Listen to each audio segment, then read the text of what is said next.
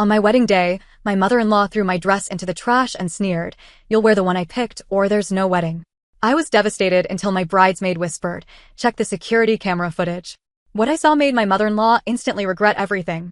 I don't even know where to start because I'm still shaking just thinking about it. My wedding day was supposed to be one of the happiest days of my life. Instead, it turned into a battle I never expected to have to fight. I should have known my mother-in-law would try something. She never liked me. Never thought I was good enough for her son. She made that clear from the first time I met her. Passive-aggressive comments, fake smiles, and the constant comparison to the perfect women she thought my fiancé should have ended up with. But I put up with it. For him. Because I loved him, and he loved me. Or so I thought. The wedding was set to take place in a beautiful venue just outside of Atlanta. It wasn't extravagant, but it was elegant, exactly what I wanted. I spent months planning every little detail, making sure everything was perfect. And my dress. Oh, my dress was everything. I had spent hours searching, trying on dozens before finally finding the one. It was classic, timeless, and it made me feel like the most beautiful version of myself. The night before the wedding, we all stayed at a hotel near the venue, bridesmaids in one suite, groomsmen in another. My dress was hanging safely in the closet, steamed and ready for the big day. I went to bed feeling nervous but excited. Then morning came. I woke up to the sound of my bridesmaids rushing around, whispering urgently. I could feel the tension in the room before I even opened my eyes. My maid of honor, Sarah, was pacing, her face pale with anger. "Where's my dress?" I asked groggily, rubbing my eyes. Silence. No one wanted to be the one to say it. Finally, Sarah took a deep breath. "It's gone." I sat up so fast my head spun. "What do you mean gone?" "We woke up early to set up a few things, and when we came back, it wasn't here. We searched everywhere, but it's gone." Panic clawed at my chest. This had to be a mistake. Maybe the hotel staff had moved it? Maybe someone accidentally took it? My mind was racing, trying to make sense of it. That's when my mother-in-law waltzed into the room like she owned the place. She was smirking. "Oh, don't worry, dear," she said, her voice dripping with fake concern. "I took care of that hideous thing. You'll wear the dress I picked, or there won't be a wedding." It felt like the air had been sucked out of the room. I stared at her, waiting for her to say she was joking. But she wasn't. She actually did it. I couldn't even speak. My mouth opened and closed like a fish gasping for air. My beautiful dress. The one I had chosen, the one I had dreamed of. Gone. And then she pulled out the dress she had chosen. If you could even call it a dress. It was a monstrous, outdated thing, frilly lace, oversized bows, a neckline so high it looked suffocating. It was her wedding dress. The same one she had worn decades ago, yellowed with age, smelling faintly of mothballs.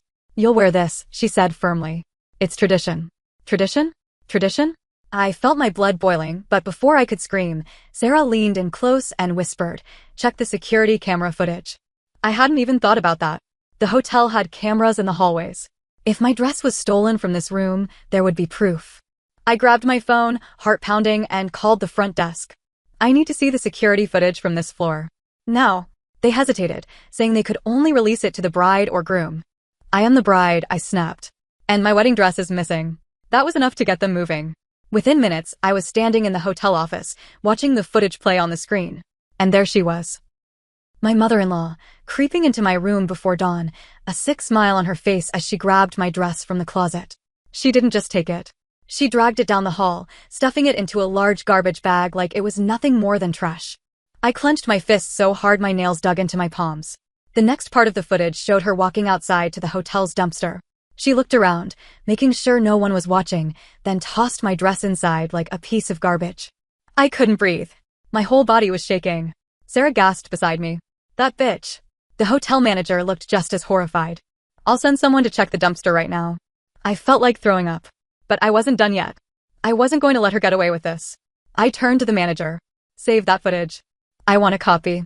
Then I stormed out. When I got back to the suite, my mother-in-law was still there, lounging on the couch like she owned the place. She saw my face and smirked. "Come to your senses yet, dear? Ready to wear something appropriate?" I smiled. The kind of smile that made her shift uncomfortably. "Oh, don't worry," I said sweetly. "I've got something perfect in mind." I pulled out my phone and hit play. Her face paled as the video started.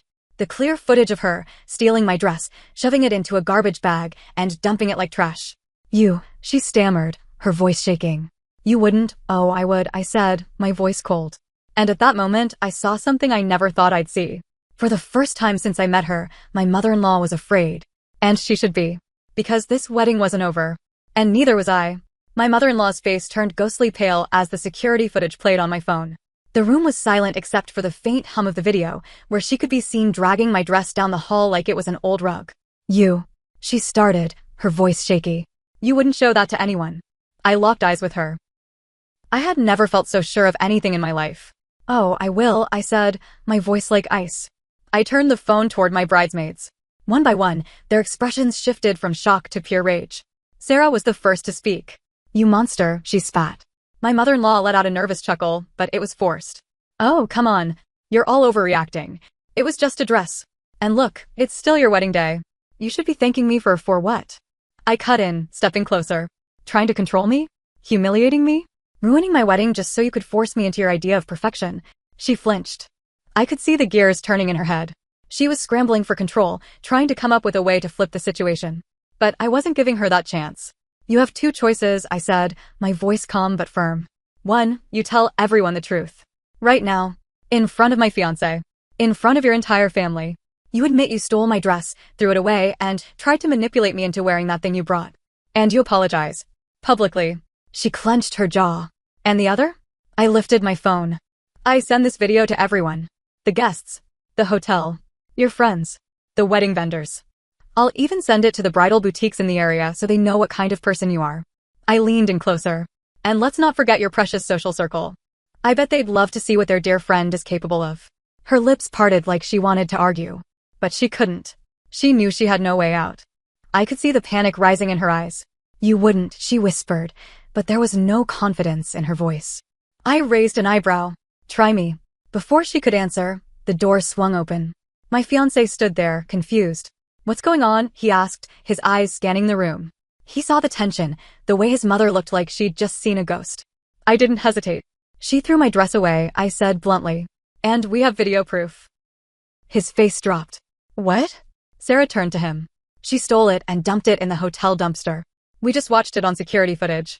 He looked at his mother, waiting for her to deny it. To defend herself. But she didn't. Instead, she did something I wasn't expecting. She started crying. Not the kind of crying that comes from guilt. No. These were fake tears, the kind meant to manipulate and distract. She gasped dramatically, clutching her chest like she was on the verge of collapsing. I only did it because I wanted what was best for you, sweetheart, she sobbed, looking at her son with wide, desperate eyes. That dress was all wrong. I knew she'd regret wearing it, so I was just trying to help. I felt my stomach turn. This woman was unbelievable. But what mattered was his reaction. He hesitated. For a fraction of a second, I saw it, the doubt in his eyes. The hesitation, the part of him that wanted to believe her. And that's when something inside me snapped. Because this wasn't new. This was a pattern. The excuses. The fake tears. The guilt trips. The constant pressure to make her the victim. I had ignored the red flags for too long. I turned to him, my voice low. Do not defend her right now. He opened his mouth, but I wasn't finished. You need to decide right now what kind of man you are. Are you the kind of man who stands by his wife? Or the kind of man who lets his mommy run his life? The whole room was silent. I could see the battle in his mind. The years of conditioning, the fear of upsetting his mother. But I could also see something else. He was afraid of losing me. Finally, he let out a slow breath. Then he turned to his mother. I can't believe you did this, he said, his voice cold. You ruined our wedding day. Her face twisted in fury. Ruined? I saved it. She would have looked ridiculous in that dress. Enough. His voice was sharper this time. Firmer. His mother looked at him like he had just slapped her. She wasn't used to him speaking to her like that. Then he did something that shocked everyone. He pulled out his phone and held it up. I'm sending the video to Dad, he said. And to Aunt Susan. And to everyone. Her eyes bulged. No, you can't. Do you know what this will do to me? What people will think. That's the point, he said flatly. And for the first time, my mother-in-law realized she had lost. Her face twisted into a mask of rage. Her breathing was heavy, her eyes wild. You'll regret this, she hissed. Both of you. Then, without another word, she turned and stormed out. We stood there, frozen. The air was thick with tension. Sarah was the first to break the silence. Holy shit. I exhaled. My legs felt like jelly. We're not done, I said, turning to my fiancé. We still need to find my dress. He nodded, already pulling out his phone to call the hotel staff. But I knew, deep down, that the real battle had just begun. Because my mother-in-law wasn't the type to go down without a fight. And something told me. She was far from finished. I thought that was it. I thought she had stormed off, defeated. That I had finally won. But I underestimated her. Because my mother-in-law wasn't just angry. She was vengeful. As my fiancé made calls to the hotel staff, trying to recover my dress from the dumpster, my bridesmaids surrounded me, their faces a mix of anger and concern. What if they can't find it? One of them whispered. I swallowed hard. I didn't want to think about that. My dress was more than just fabric. It was my choice. My moment. Just then, the hotel manager knocked on the door, looking grim. We checked the dumpster, he said hesitantly. My stomach dropped. And? He rubbed the back of his neck. It's not there. I blinked. What? We went through all the bags. We even checked the security footage again. Someone took it. The room went silent. Sarah let out a sharp breath. Who the hell would steal a wedding dress from a dumpster? Then a horrible realization hit me. I turned to the manager, my voice shaking. Do you see anyone else on the footage? He hesitated. We do. He pulled out his phone and turned the screen toward me. I felt my blood turn to ice. Because there, in the grainy footage, was my mother-in-law. Taking the dress back out of the dumpster. She wasn't throwing it away in a fit of rage. She had a plan. And whatever it wasn't good. Where did she go? I asked, my heart pounding. The manager frowned, scrolling through the footage. Then his face darkened. She left the hotel, got in her car and drove off. With my dress. I felt dizzy. My mother-in-law didn't just want to ruin my wedding. She wanted to make sure I couldn't fix it. Call her, Sarah said, grabbing my fiancé's arm. Right now. He nodded and dialed. I watched as he held the phone to his ear, his expression growing more frustrated with each passing second. She's not answering, he muttered. Of course she wasn't. A pit formed in my stomach. Where would she go? What was she doing? Then it hit me. My mother-in-law had made a comment months ago. A threat, really, but I had brushed it off at the time. If you ever do anything to embarrass this family, I will make sure that dress never sees the light of day. I had thought she was being dramatic. That it was just another one of her guilt-tripping, manipulative comments. But now I wasn't so sure. I turned to my fiancé, my voice sharp. She's destroying it. His eyes widened. What? She took it so she could ruin it. Burn it, shred it, dump it in a river or something. My bridesmaids gasped. Sarah was already grabbing her purse. We need to find her. I nodded. Does anyone know where she would go? My fiancé hesitated, then cursed under his breath. Her house. She has a fire pit in the backyard. Oh my God. Without thinking, I turned and ran for the door. Wait. Where are you going? My fiancé called after me. I spun around. To stop her. Sarah and a few of my bridesmaids didn't hesitate. They followed me out the door, leaving my fiancé and the rest standing in stunned silence. We sprinted through the hotel lobby, ignoring the confused stares from guests. When we reached the parking lot, Sarah yanked her car keys from her purse. Get in, she ordered. I barely had time to buckle my seatbelt before she peeled out of the parking lot, tires screeching. The drive to my mother-in-law's house was a blur. My hands were shaking, my chest tight with anxiety. Please don't let me be too late. When we finally pulled up to her house, my stomach dropped. Because there, in the backyard, was my dress. And she was holding a pair of scissors. I jumped out of the car so fast I nearly tripped. Stop. She turned, eyes wide, caught red-handed. The dress was spread out on a table, the fabric already slashed in several places. For a second, she just stared at me. Then she smiled. The kind of smile that sent chills down my spine. Oh, sweetheart, she cooed. You're too late. My vision went red. I wasn't thinking anymore. I lunged. She barely had time to react before I grabbed the dress and ripped it from the table. The fabric was torn in places, but I didn't care. I wasn't letting her win. You psycho, Sarah snapped, stepping between us. You actually tried to destroy her dress? What the hell is wrong with you? My mother-in-law crossed her arms, completely unbothered. I did what I had to do. My voice was shaking. You had to ruin my wedding? You had to try and control me? She tilted her head. Oh, sweetheart.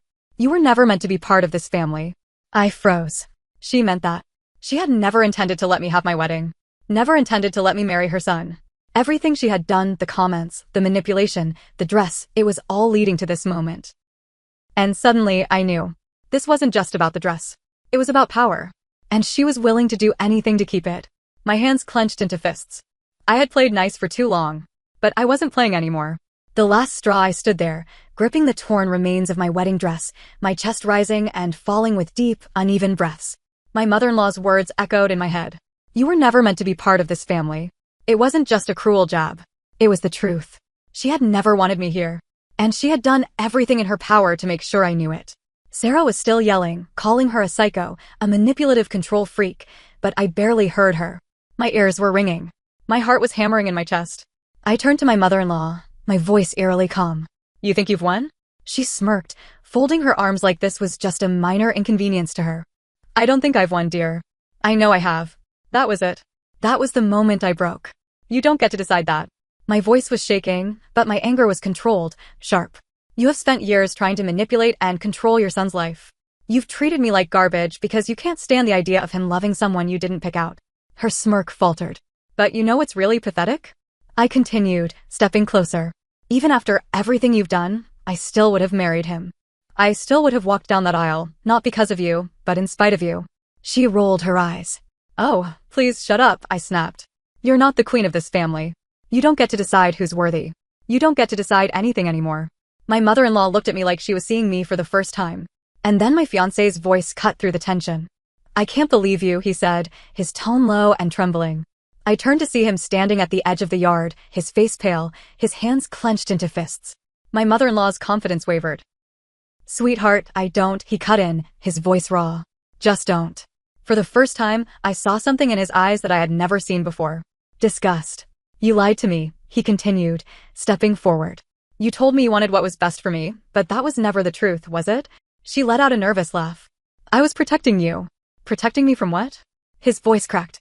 "From her? From someone who actually loves me? Someone who treats me like an adult instead of a child you can control." Her eyes darted between us, looking for a way out. But there wasn't one. "You ruined my wedding day," I said, my voice steady. "But you didn't ruin me. And you sure as hell didn't ruin us." And then I turned to my fiancé. "Did you?" The question hung in the air, heavier than anything else. Because this was it. The moment that would decide everything. My mother-in-law saw the hesitation in his eyes, and like a snake sensing weakness, she lunged. "Sweetheart, you don't have to do this," she said quickly. "We can fix this. Just come home. I'll handle everything. You don't have to marry her." Silence.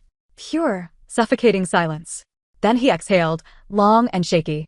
And when he spoke, his voice was different. "I want to marry her." My mother-in-law flinched. His voice grew stronger. "And I don't want you in my life anymore." She gasped, stumbling back like he had struck her. "You don't mean that." "I do." His voice didn't waver. "You didn't just ruin today. You've been ruining everything for years. And I've let you. But not anymore."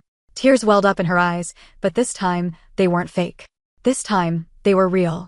And I realized something. She wasn't just losing me. She was losing him. My fiancé took a deep breath, then turned to me.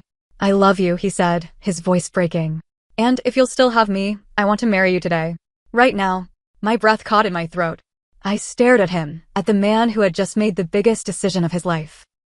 And I knew my answer. Yes. The word barely left my lips before he pulled me into a tight embrace, holding me like he never wanted to let go. Behind us, my mother-in-law let out a broken sob. And then she did the only thing left to do. She turned and walked away. The wedding we deserved, we got married that day. My dress was ruined, but it didn't matter. One of my bridesmaids had a simple white gown in her suitcase, something she had packed for the reception. It wasn't what I had planned, but it was perfect. We stood in front of our closest family and friends, my fiancé's father walking him down the aisle instead of his mother. And when we said our vows, there wasn't a single doubt in my heart. As for my mother-in-law, she wasn't there. She didn't call, didn't text. She was gone. For months, she tried to reach out. Sent emails. Left voicemails, begging for another chance. Swearing she had changed. But we knew better. She wasn't sorry for what she did. She was sorry she lost. And for the first time in my life, I felt free. Because in the end, I did win. Not just the wedding, but my future, and that was worth more than any dress in the world.